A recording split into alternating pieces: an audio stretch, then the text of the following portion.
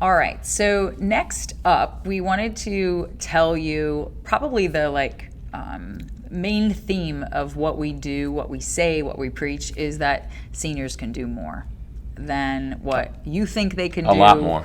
What their family thinks they can do, what the media and the drug companies and their doctors think they can do. They can do more. In 2010, we opened our CrossFit gym. And in 2015, Ed was asked to start and we had several seniors in our CrossFit gym, and they just blended in like they do.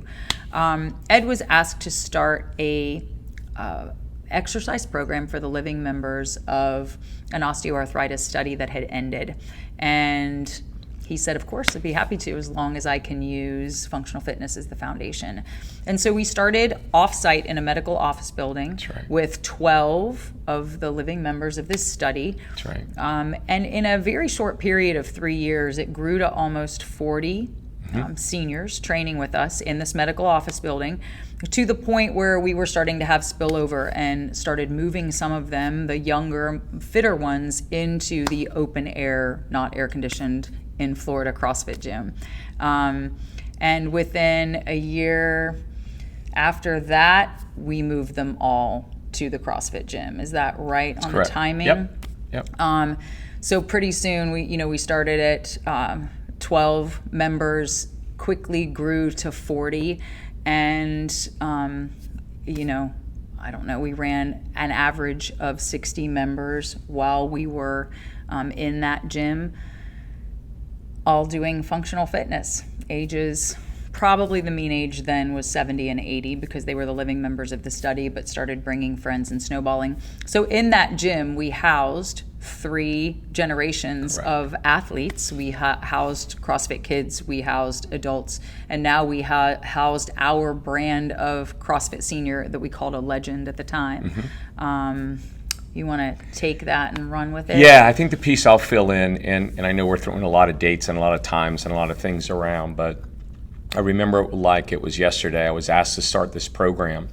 You have to remember where I was at that point. I had been a physical therapist for 31 years. I was 54 years of age.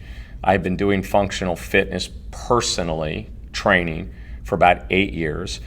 I had owned and operated, along with Samantha, a CrossFit facility for 5 years.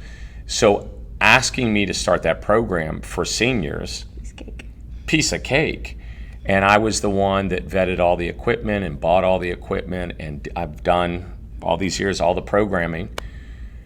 And I can tell you, within a year, we were standing in line on our strength days to hold this padded bar that I had with kettlebells on the end. Body bar, I think is what it was called. Yeah, that's it. They were called body bars. They're padded bars. They started at 6 pounds. They went to 8. They went to 10, 12. Good grief. When we really grew, the bar was as high as 15 pounds. Yeah, and really rapidly, and I mean rapidly, probably within a year, but definitely by 2 years. And the reason I remember this is I've done a lot of public speaking to my colleagues for a while throughout my career, mostly on knee rehabilitation. And I remember vividly, it was 2017 where I said to Sam, I have got to talk to my colleagues, and I have to do a seminar about senior fitness.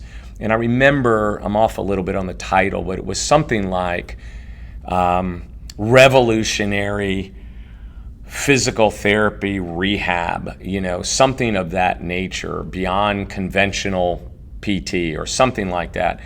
And that was the first time that we were really screaming from the rooftops, we are underdosing our seniors. They are not as fragile as we think. We have to increase their intensity, both cardiovascular intensity, both loads, and you can do that safely across the senior population. These weren't outliers. These weren't people that were great at collegiate sports or they won all kinds of medals. This was not those type of people. Most of the women were pre-Title IX. They weren't allowed to play sports. Absolutely. So. In fact, a lot of the ladies still talk about it was half-court basketball when they played. Yeah.